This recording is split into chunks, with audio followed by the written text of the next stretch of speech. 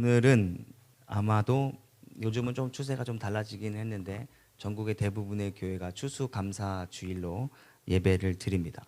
추수감사절의 시작은 당연히 성경에서부터 시작이 되었고 구약에서부터 시작이 됩니다.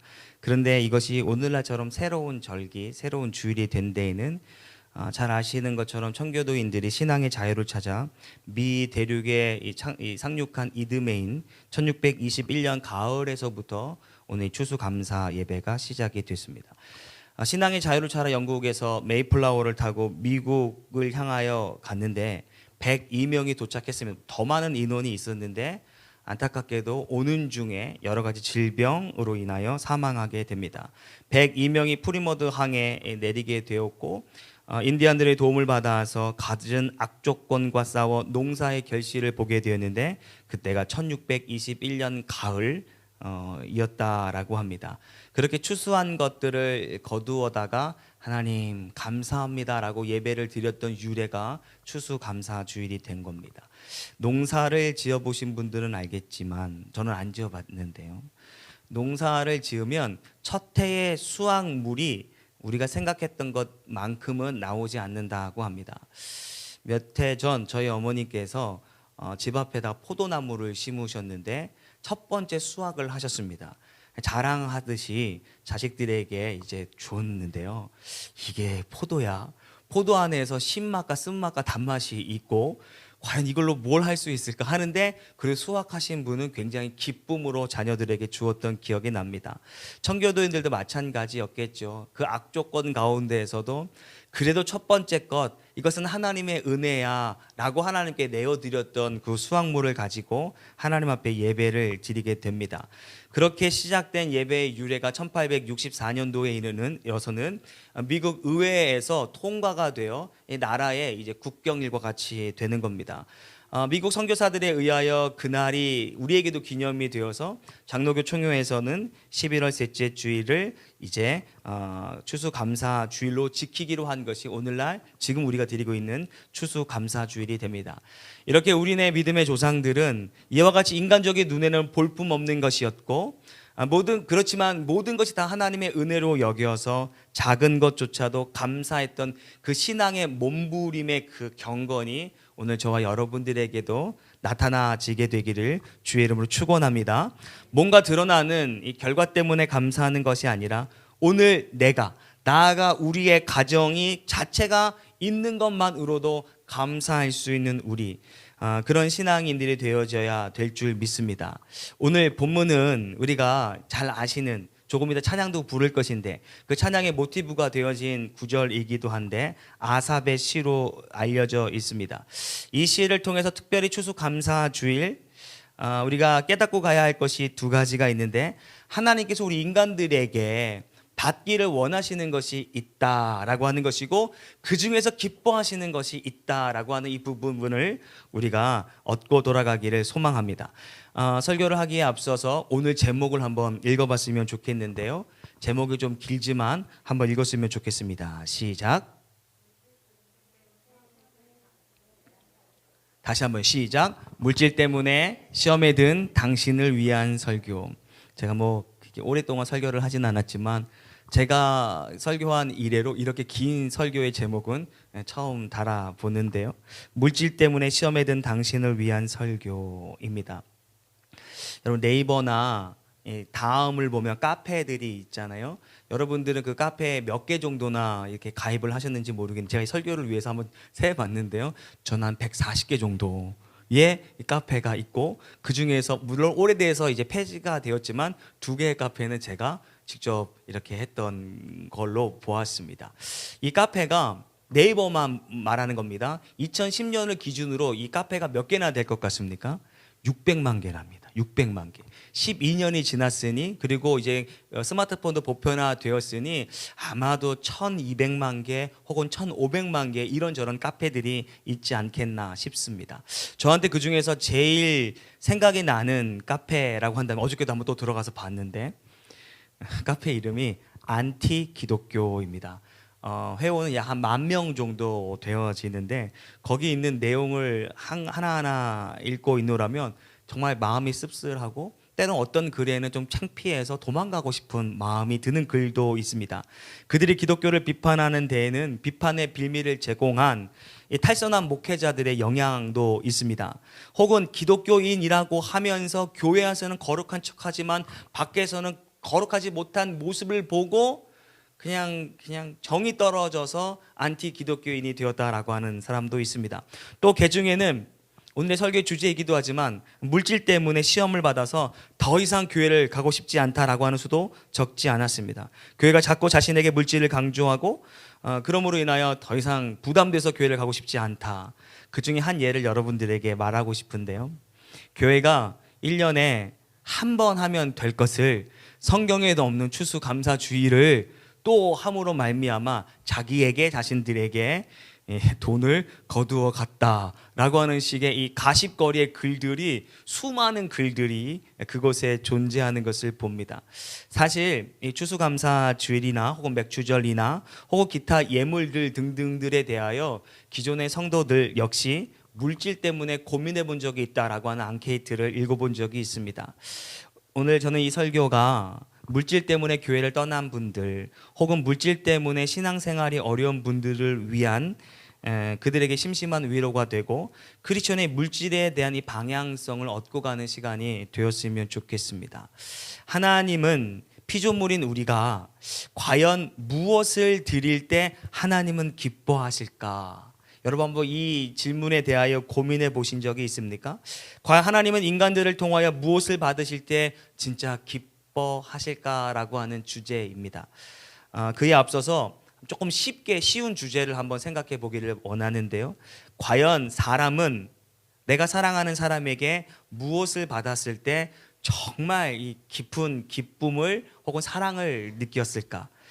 쉽게 말해 여러분들은 여러분의 남편에게, 여러분의 아내에게 혹은 자녀에게 무엇을 받으셨을 때 기뻤냐라고 먼저 한번 헤아려 봤으면 좋겠습니다.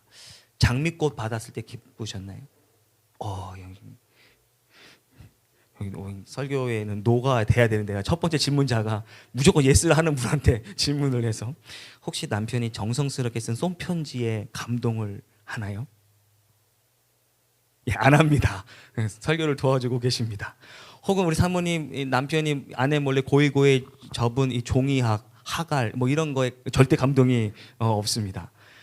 뭐니 해도 남편이 주는 명품백, 남편이 주는 이 돈봉투 뭐 이런 것들을 더 받을 때 기쁨이 느끼지 않을까 싶습니다. 여론조사에 의하면 상대에게 받고 싶은 선물 1위가 돈이라고 하고 지난 추석에는 이런 문구도 있었습니다. 효도의 완성은 현금이다 라고 하는 그런 상품도 있었는데요. 그래서인지 성도가 하나님을 향할 때에도 내가 돈을 받았을 때 기쁨인 것처럼 하나님도 많은 물질, 많은 헌금을 드려야만이 기뻐하실 것이다라고 착각하는 이들이 적지 않다라는 겁니다. 그리고 실제 그와 같은 마음으로 물질관, 그와 같은 마음으로 예물관이 있는 분들이 적지 않다라는 겁니다. 근데 진짜 하나님은 우리가 물질을 드렸을 때 기뻐하실까? 오늘 설교의 결론을 먼저 말씀을 드리자면 그렇지는 않다라고 하는 것입니다. 오늘 말씀을 한 구절 한 구절 통해 확인하기를 원하는데요. 본문 8절의 말씀을 한번 읽어봤으면 좋겠습니다. 8절입니다. 시작.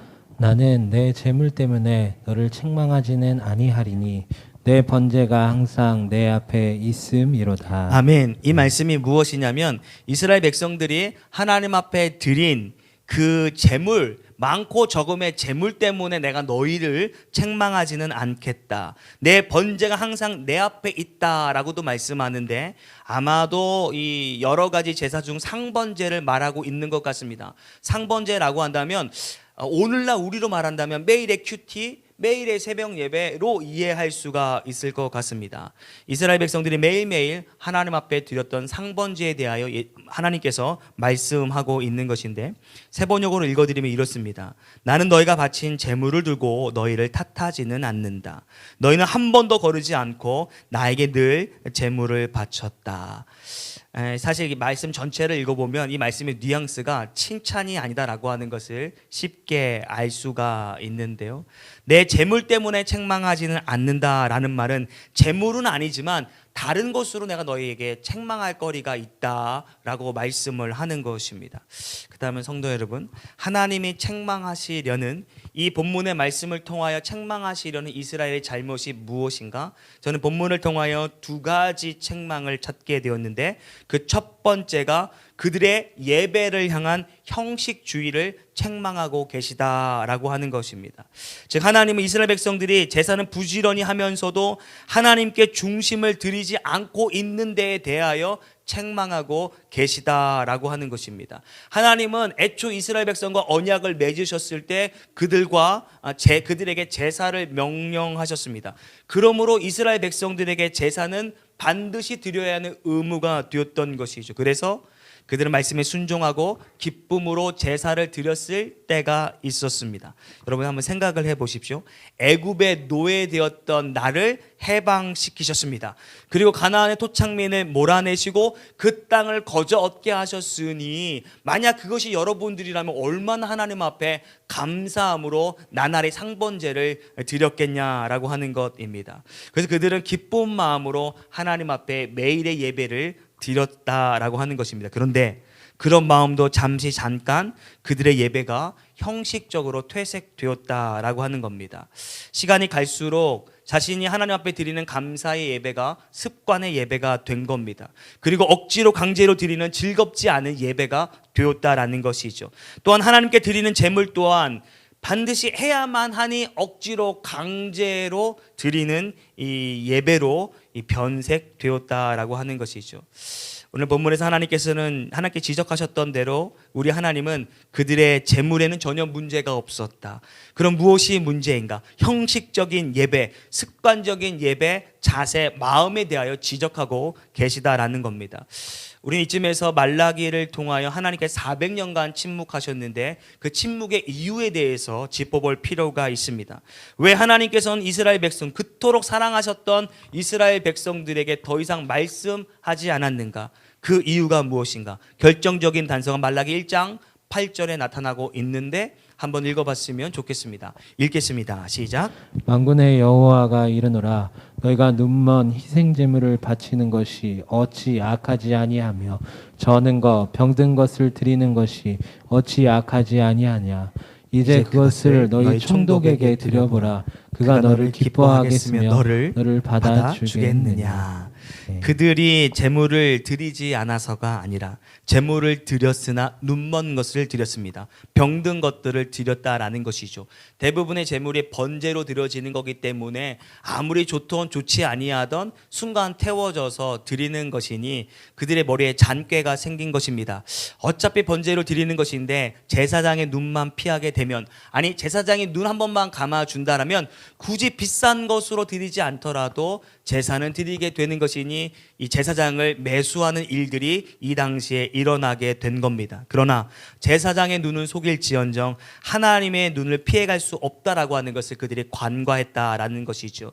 그들의 형식적인 예배, 경제 논리에서 비롯되어진 거룩치 못한 예물은 하나님 없는 암흑의 400년을 만들게 되었다라는 것입니다. 사랑하는 성도 여러분, 오늘 나의 예배는 어떤지 우리 스스로가 점검해 봐야 합니다. 만약 오늘 드려지는 나의 예배를 하나님께서 보셨을 때 어떻게 평가해 주실지 우리가 짚어봐야 한다라는 겁니다. 오늘 아삽이 성전에 예배하기 위하여 찾아오는 성도들을 향해 찬양으로 권면했던 이 권면이 우리들에게도 권면되어지기를 소망합니다. 모쪼록 나의 예배, 내가 드리는 예물, 내가 드리는 시간과 헌신이 형식이나 습관이 아니라 정말 나를 구원하여 주신 그 하나님의 은혜에 감격하여 기쁨으로 드리는 예배고, 감격으로 드리는 헌신이고, 자원하여 드리는 복된 예물이 저와 여러분 가운데 나타나게 되기를 주의 이름으로 축원합니다. 두 번째, 이 본문을 통하여 하나님이 책망하고자 하시는 것이 무엇인가? 그것은 전혀 은혜롭지 못한 동기에서 비롯된 예물이라고 하는 것입니다. 오늘 이게 무슨 말씀이냐면 9절에서 13절까지 세 번역으로 준비되어 있나요? 세 번역 성경을 조금 쉽게 한번 읽어봤으면 좋겠습니다. 읽겠습니다. 시작. 집에서 수소를 가져가지 않는다. 너희의 우리에서 순영소를 가져가지도 않는다. 숲속의 무짐승이 다 너희 것이요 수많은 삼짐승이 모두 나의 것이 아니더냐. 산에 있는 저 모든 새도 내가 다 알고 있고 들에 있는 저 모든 생물도 다 내 품 안에 있다. 내가 배고프다고 한들 너희에게 달라고 하겠느냐. 온 누리와 거기 가득한 것이 모두 나의 것이 아니더냐. 내가 수소의 고기를 먹으며 숫 염소의 피를 마시겠느냐. 이스라엘이 이렇게 생각하고 있었던 것 같습니다. 비록 형식적인 제사 예배지만 이마저도 하지 않았을 때 하나님의 진노가 그들의 가정, 특별히 경제에 직격탄이 될 것이다라고 여겼던 것 같습니다.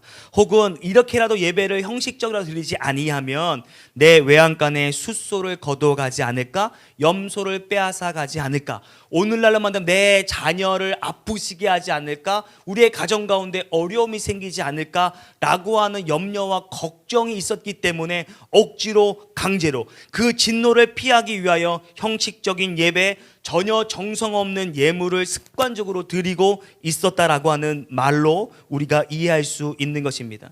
이는 하나님을 영광을 위한 예물이 아니요 주님을 영화롭게 하기 위하여 드려진 예물도 아닌 그저 나의 것을 지키려고 하는 아주 불순한 의도에서 비롯된 마치 하나님 앞에 적선하듯이 날마다의 상번제를 의미 없이 하나님 앞에 드리고 있었다라고 하는 것이 증명되어진 것입니다.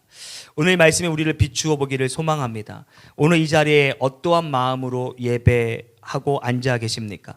왠지 주일에 딴짓하면 하나님의 저주가 임할 것이라고 생각하지는 않았는지, 주일 성수하지 않으면 당장 다리가 부러질 것 같아라고 생각하지는 않았는지, 혹은 예배하지 않으면 큰 위험이 우리 가정 가운데 오지는 않을까. 저도 7, 80년대 부흥사를 통하여 들었던 내용들이 여전히 답습되어지는 것은 아닌가.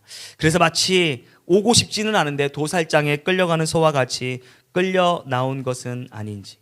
또 오늘 잠시 뒤에 이제 우리가 예배 뒤에 드려질 예물은 어떠한 가정을 통하여 여러분들의 지금 품속에 혹은 지갑에 혹은 성경에 거의 포개져 있는지는 모르겠지만 혹시 얼마를 드려야 하나 고민하다가 지금 가지고 나온 하나님 앞에 드리는 예물이 아닌지, 혹시 내가 받은 은혜에 비례하여 마치 그것을 하나님 감사합니다 라고 사례하듯이 책정한 금액은 아니인지, 예물의 양 때문에 혹은 부부 가운데 다툼이 있었던 것은 아닌지, 우리가 하나님 앞에 예물을 드릴 때에 대하여서도 조금 더 드리고 덜 드리는 것 때문에 이것 때문에 부부가 싸움을 해서야 되겠냐라는 겁니다. 저는 적어도 그 예물을 하나님이 과연 기쁘시게 받으실까? 서로 흥정하면서 이 정도면 괜찮겠다라고 책정되어진 금액에 하나님이 기뻐하실 것인가? 그리고 우리가 인지하지 못할 뿐이지 받으실 하나님이 우리의 대화 중에 이미 우리의 마음을 다 읽으셨다라고 하는 말이죠. 작은 것을 드려서라도 부부간에 화목된 상태에서 드리는 예물을 하나님은 기뻐하는 줄 믿습니다. 또한 형편이 녹록하여 예물을 드리지 못한다 할지라도 하나님은 여러분의 곡간을 부수는 일은 나타나지 않을 겁니다. 여러분의 외양간에 소나 양을 치는 일도 일어나지 않을 것이다라고 성경이 우리에게 말해주고 있습니다. 나아가 주님께 드린 물질의 양도 하나님 입장에선 전혀 중요하지 않다라고 말씀하고 있다라는 겁니다. 만약 하나님께서 성도가 드리는 물질의 양에 따라 성도를 차별하고 차등한다라고 하면 과연 예수님이 과부의 두 렙돈의 헌금을 칭찬하는 일이 있었겠냐라고 하는 것이죠. 나아가 여러분이 내는 헌금에 양에 관심이 있는 오늘날의 목회자가 있다면 더 이상 그는 양의 목자가 아니라 양을 통하여 이윤을 차지하고자 하는 사꾼에 가까운 것이죠. 안티 기독교 사이트를 다시 말씀드려 죄송한데 어느 한 분이 쓴 글이 꽤나 공감이 되어 여러분들과 나누기를 원합니다. 그 아주 장문의 글을 썼는데요. 주된 내용은 그렇습니다. 교회 가봤더니 성도들이 낸 11조와 감사헌금 등등은 목사의 월급으로, 또한 의리의리하게 지은 이 건물의 이자로 혹은 시설 운영비로, 목사님의 좋은 승용차 할부값으로, 기름값으로, 전기값으로, 인터넷 등등으로 쓰이더라라고 하면서 교회 재정을 비판하시는 분이 있었습니다. 여러분, 이 비판이 이해가 되십니까? 저는 그 비판의 글을 읽는데 너무나도 공감되었습니다. 왜냐하면 성도들이 낸 헌금 혹은 돈이 하늘로 올라가는 것이 아니기 때문입니다. 제가 이와 비슷한 이야기를 드릴 때만 하는 이야기가 있지 않습니까? 제가 중학교 2학년 때 중등부 임원이었습니다. 중등부 회계를 맡았는데, 회계는 헌금을 계수하고 이제 작성하는 일 아닙니까? 처음으로 이제 헌금을 이렇게 받게 되었습니다. 그런데 선생님들이 지도해 주셨는데 얼마 500원짜리, 50원짜리, 뭐 100원짜리, 1000원짜리를 계수하여서 그것을 그냥 지갑에 넣는 겁니다. 저는 정말 깜짝 놀랐습니다. 저는 그 헌금이 우리가 내자마자 하늘로 올라가는 줄만 알았는데, 그것으로 간식도 먹고 그것으로 여러 가지 필요한 물품들을 샀던 것을 얼마나 충격이었는지 모릅니다. 아마 이분도 그런 마음이지 않았을까 싶습니다. 실제 여러분이 드린 예물은 하나님께서 직접 취함이 아니라 교회의 유익을 위하여 알뜰하게 사용되어지는 것이죠. 다만 이 안티 기독교인이 되었다라고 하는 그분들의 눈에는 자신이 드린 헌금이 알뜰하게 사용되어지 못하고, 일부 어떤 목사들에게 이 목사들의 어떤 이것들을 위하여 사용되어지는 모습을 보고 환멸을 느끼지 않았을까. 당연히 그런 것들은 책망받아야 하고 그 책임에 대하여 하나님 반드시 그 목회자들에게 책임을 묻겠죠. 제가 청년 때 우리 교회에 호떡을 파는 집사님이 계셨습니다. 호떡 한 개 200원 했을 때였으니까요. 제가 그때 어떤 교회에서 어떤 봉사를 했냐면, 재정부가 모든 것들을 계수하면 1년 동안 쓰는 봉투에 이제 수기로 기록하잖아요. 거기에 교회 도장을 이렇게 딱 찍는 그런 봉사를 했습니다. 그러니까 때문에 성도들의 이제 이 헌금을 자연스럽게 볼 수 있지 않았겠습니까? 그런데 그분은 일주일에 11조를 내는데, 어떨 때는 10,000원을 내시고 어느 때는 11조 20,000원을 내셨습니다. 여러분, 2만 원 11조를 냈다는 건 그분이 일주일 동안 호떡을 팔아 20만 원의 매출이 생겼다는 겁니다. 호떡 개수로는 200원으로 친다면 1000개를 팔아야 됩니다. 주 5일 근무라고 가정한다면 하루에 열심히 200개를 200도가 넘는 기름에 튀겨야만이 벌 수 있는 금액이 아니겠습니까? 그래서 이제 그분의 손등에는 화상 자국이 많고 그것이 아물어 가지고 이렇게 검은 이 점처럼 되어져 있는 것을 볼 수 있었습니다. 제가 그분의 그 모습을 보고 정신이 번쩍 들었습니다.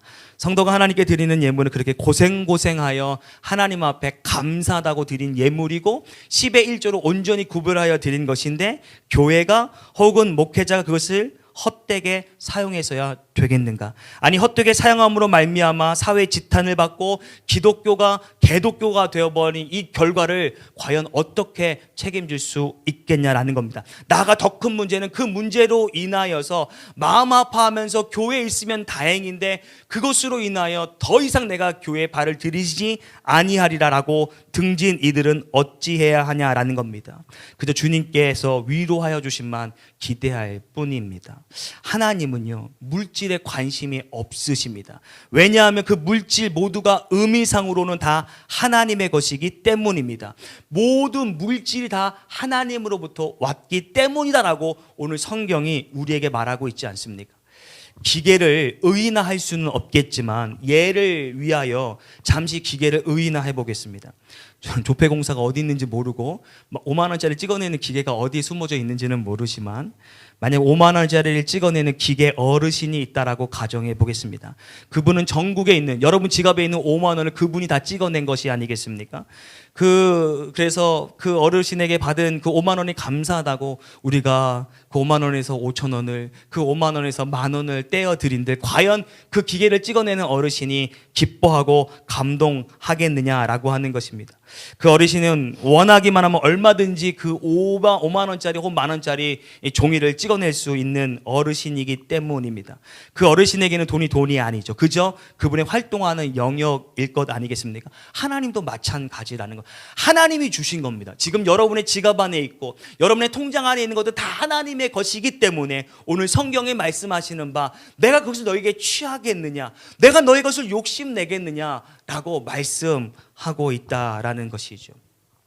한 가지 재미난 예를 더 드려보기를 원하는데, 제가 언제 한 번은 제 주변에 저도 어렵게 사는데요, 제가 보니 그분 더 어렵게 사는 것 같았습니다. 그래서 제게 주신 물질의 일부를 떼어서 그분에게 드려야겠다라고 하는 마음이 생겼습니다. 제가 그분에게 얼마를 드렸을까요? 지금 여러분들이 생각하는 것에 곱하기 5나 곱하기 10 정도가 하면 되는 거액이었습니다. 그래가지고 덜덜덜 떨리는 마음으로 그분에게 이건 하나님이 내게 주신 것인데 물질을 흘려보내야 하니 너가 지금 어려운 것 같아. 너가 이것을 잘 사용해 주었으면 좋겠다라고 했습니다. 그리고 기도도 했습니다. 근데 얼마 후에 저에게 감사하다고 그분이 저에게 음식을 대접하는데 너무나도 비싼 음식이었습니다. 평소에도 먹기 힘든 음식을 그분이 고맙다고 밥을 사는 것 아니겠습니까? 제가 그 고급진 음식에 감동을 받았겠냐는 것입니다. 제가 원하는 것은 그분이 저에게 어떤 대접을 하는 것이 아니라 그 물질로 무언가를 하는 것이 아니라 이전보다도 더욱더 열심히 살기를 바라고 그저 하나님이 주신 것에 감사함으로 살라라고 하는 기대일 뿐인데 하나님도 마찬가지. 하나님도 물질 자체에 관심을 두는 것이 아니라 우리의 삶으로 감사하기를 원하시는 겁니다. 진정한 예배로 주님께 나아옴을 더 기뻐하시는 분이 저와 여러분의 하나님이 된다라는 사실입니다. 모쪼록 이 시간 이후로부터 물질에 대한 이 어떤 걱정, 물질에 대한 염려가 우리 가운데 사라지게 되고 자유할 수 있는 우리 모두가 되기를 주의 이름으로 축원합니다. 오늘 본문이 그것을 지적하고 있는데 11절, 12절, 13절의 말씀을 연이어 읽겠습니다. 시작. 시작. 산의 모든 새들도 내가 아는 것이며 들의 짐승도 내 것임이로다. 내가 가령 주려도 내게 이르지 아니할 것은 세계와 거기 충만한 것이 내 것임이로다. 내가 수소의 고기를 먹으며 염소의 피를 마시겠느냐 라는 것이죠. 내가 너의 것들을 취할 거라고 생각하느냐? 왜 벌벌 떨면서 하나님 앞에 정직하지 못한 예물을 드리고 있느냐라고 우리에게 책망하는 것 같지 않습니까? 하나님은 원하시지도 아니하시고 필요하지도 아니하지만 그분이 작정하기를 원한다면 세상의 모든 것들이 다 그분의 것인데 당연히 이와 같이 말씀하는 것입니다. 그분이 취하기를 원하신다면 모든 것들을 취할 수 있습니다. 고로 물질 그 자체는 하나님께서 원하시는 것이 아니라는 것을 우리는 반드시 깨달아야 됩니다. 그렇다면 하나님께 진정 원하시는 것이 무엇인가? 즉 하나님께서 인간을 통해 무엇을 받기를 원하시고 그것을 통하여 영광받으며 영화롭게 되어지는가? 14절의 말씀을 같이 한번 읽겠습니다. 큰 목소리로 읽겠습니다. 시작. 감사로 하나님께 제사를 드리며 지존하신 이에게 내 소원을 갚으며. 아멘. 그렇습니다. 감사로 제사 드리기를 원하시는 분이 저와 여러분이 하나님 되는 줄 믿습니다. 이스라엘 백성들이 이 글이 쓰여질 당시 놓치고 있었던 것이 무엇이냐면 그저 하나님 앞에 제사만 드리면 되지라고 했던 겁니다. 그래서 서두에 밝혔듯이 전혀 성의 없고 형식적인 예배, 몸이 건조한 예배만을 하나님 앞에 드렸다라는 것이죠. 근데 진정 하나님께서 기뻐 받으시는 예배가 어떠한 제사냐? 감사로 드리는 제사가 되어야 하는 줄 믿습니다. 마지막 23절의 말씀을 한번 읽겠습니다. 시작. 감사로 제사를 드리는 자가 나를 영화롭게 하나니 그의 행위를 옳게 하는 자에게 내가 하나님의 구원을 보이리라. 아멘. 성경에 뭐라고 말하냐면 감사로 예배하는 자가 하나님을 영화롭게 한다라는 것입니다. 많은 물질을 드리는 자가 하나님을 영화롭게 하는 것이 아니라 비록 물질이 작거나 물질이 없음에도 불구하고 하나님 앞에 감사함으로 예배를 드리는 자, 그를 통하여 영광 받으시는 분이 저와 하나님이 되는 줄 믿습니다. 만약 물질로 영화롭게 한다면 안타깝지만 저를 포함하여 이 자리에 있는 어느 누구도 하나님을 영화롭게 할 수 없습니다. 나아가 엊그저께 만수르인지 이름이 뭔지 모르지만 그 사우디의 세계 1위 부자가 왔지 않습니까? 만약에 그라도 그와 같은 어마어마한 부가 있더라도 하나님을 기쁘시게 할 수는 없다라는 겁니다. 적어도 하나님의 기준에는 하나님이 가지신 것이 지극히 일부가 그가 가진 것이 되기 때문이다. 그런데 감히 세상의 주인이신 하나님 앞에 가진 것이 얼마나 대단하다고 물질로 하나님을 영화롭게 할 수 있는 생각조차가 너무나도 주님 앞에 불경건하다. 중요한 것은 나의 감사의 마음이 되는 줄 믿습니다. 옆에 분에게 감사하는 마음을 가지십시다. 시작. 감사하는 마음을 가지십시오. 감사하는 마음을 갖게 되기를 소망합니다. 이번 한 주를 돌이켜 보십시오. 나를 홀로 나뿐만 아니 홀로 나뿐만 아니라 나의 가정, 나의 식구 이런 등등등 한 주간을 건강하게 보내게 하심도 감사가 아니겠습니까? 어떤 사고도 없이 보내게 하심에 감사로 제사를, 건강으로 보내게 하심에 감사로 제사를. 어떤 분은 감사의 제목이 없다라고 하는데 또 어떤 사람에게는요 방귀를 끄는 것도 감사인 사람이 있습니다. 왜냐하면 수술을 하면 방귀가 있어야 먹지 않겠습니까? 수술 전에 금식하는 것도 얼마나 힘들고 수술 후의 통증도 얼마나 힘듭니까? 그런데 방귀가 나오지 않으면 먹을 수 없으니 방귀조차도 감사하다라고 하는 이 고백을 들은 바가 있습니다. 왜 감사의 제목이 없겠습니까? 찾아보려고 노력하지 않았기 때문에 없을 뿐이죠. 모쪼록 감사의 마음으로 매일같이 드리는 예배가 저와 여러분이 되기를 주의 이름으로 축원합니다. 에베소서 2장 4절의 말씀을 한번 읽어봤으면 좋겠습니다. 에베소서 2장 4절입니다. 시작. 곧 창세전에 그리스도 안에서 우리를 택하사 우리로 사랑 안에서 그 앞에 거룩하고 흠이 없게 하시려고. 곧 창세 전에 그리스도 안에서 우리를 택하사라는 부분이 얼마나 저에게는 여러분들에게는 큰 위로가 되는지 모릅니다. 생각해 보십시오. 이 땅이 창조되기도 전에 만물이 만들어지기도 전에 우리를 택하사 구원하여 주신 그 하나님의 신묘막측한 은혜만 생각하더라도 우리의 매일마다 드리는 상번제의 예배, 매일의 큐티가, 매일의 예배가 은혜롭게 하나님 앞에 드려져야 될 마땅한 이유가 된다라는 겁니다.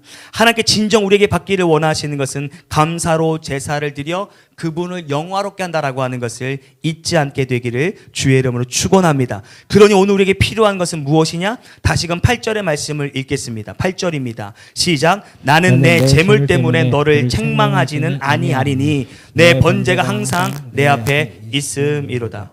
무엇이 없는 자를 책망하신다라고 하는 것이냐? 헌금을 미처 준비하지 못한 것으로 책망하는 것이 아니랍니다. 우리의 마음, 감사하는 마음이 없기 때문에 안타까워하시고 실망하신다라고 하는 사실을 우리가 기억해야 되는 것이죠. 여기에 더해서 하나님께서 이스라엘의 감사 없는 예배에 실망하고 안타까운 이유, 또 하나의 이유가 있는데 그들은 애초 날마다 하나님 앞에 예배하겠습니다, 하나님만을 예배하겠습니다라고 서운하고 작정했던 이들이라는 것이죠. 여호수아 24장 15절의 말씀 한번 읽기를 원합니다. 읽겠습니다. 시작. 하는 것이 너희에게 좋지 않게 보이거든 너희 조상들이 강 저쪽에서 섬기던 신들이든지 또는 너희가 거주하는 땅에 있는 아모리 족속의 신들이든지 너희가 섬길 자를 오늘 택하라. 오직 나와 내 집은 여호와를 섬기겠노라 하니. 가나안 입성 전에 그들의 작정이 무엇이냐? 오직 하나님만을 즐거이 부리고 감사하기로 작정했던 것 아니겠습니까? 서원했던 것 아니겠습니까? 그런데 시간이 지날수록 그들은 자신의 서원을 잃어버리게 되었습니다. 그래서 오늘 본문을 통하여 권면하죠. 14절은 제가 읽겠습니다. 감사로 하나님께 제사를 드리며 지존하신 이에게 내 서원을 갚으며 라고 권면하고, 즉 너희들이 서원한 대로 평생토록 하나님께 감사하기로 한 그 약속, 그것을 지키라, 그대로 돌아가라 라고 지금 말하고 있는 겁니다. 그런데 이는 우리에게도 동일하게 적용되어지고 권면되어지는 말씀입니다. 여기에 계신 모든 분들은 다 주님 앞에 날마다 감사하기로 작정했던 자들 아니겠습니까? 그 약속했던 사실을 기억하고 계십니까? 즉 하나님 앞에 일평생 그렇게 하기로 서원했던 사람들이라는 것이죠. 제가 보니 이 자리에 있는 분들은 대부분 다 전원이 세례를 받으신 분들입니다. 여러분 세례 받으셨을 때로 한번 돌이켜 보시기를 바랍니다. 다 세례할 때 서약을 하게 되는데 서약에 동참하셨을 겁니다. 약간의 이 교회마다 목회자마다의 이 표현은 다르더라도 동일한 맥락 가운데서 여러분 분명히 서원하셨을 겁니다. 다시 한번 그때로 돌아가 이 서약을 한번 되새겨 보시기를 바랍니다. 아마 이런 서약을 하셨을 겁니다. 첫째, 여러분은 하나님 앞에서 죄인인 것과 그 진노를 면치 못할 줄을 알고 그의 크신 자비하심으로 구원받은 것 외에 소망이 없는 줄로 믿기를 서약합니까? 라고 하는 서약에 아멘이라고 화답하셨을 겁니다. 두 번째, 여러분은 그리스도께서 하나님의 아들 되심과 죄인의 구주가 되신 줄을 믿으며 복음에 말한 바와 같이 구원하실 이는 오직 예수뿐인 것을 믿고 그만 의지하고 예배하시기를 서약합니까? 라고 하는 서약에 큰 목소리로 아멘 하셨을 것입니다.